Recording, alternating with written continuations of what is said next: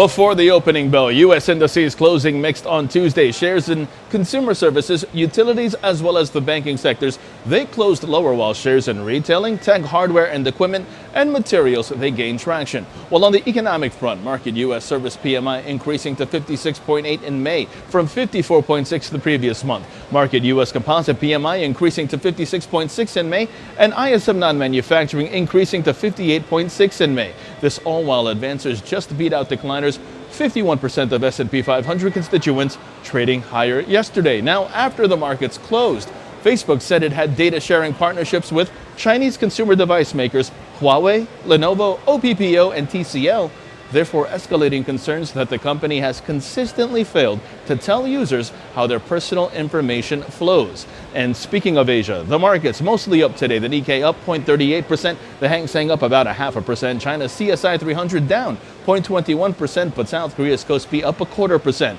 European markets in consolidation, and U.S. futures calling for a positive start.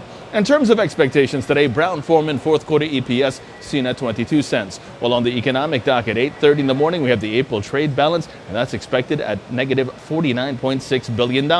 While in the markets, the SP 500 sees the upside prevail, and we start with that in focus as the relative strength index advocates for further advance. Both rising 20-period and 50-period moving averages maintain the upside bias. Long positions above 27.39 are favored, with targets at 27.60 and 27.73 in extension. The Nasdaq, meanwhile, sees further advance, and the Dow Jones sees the upside prevail.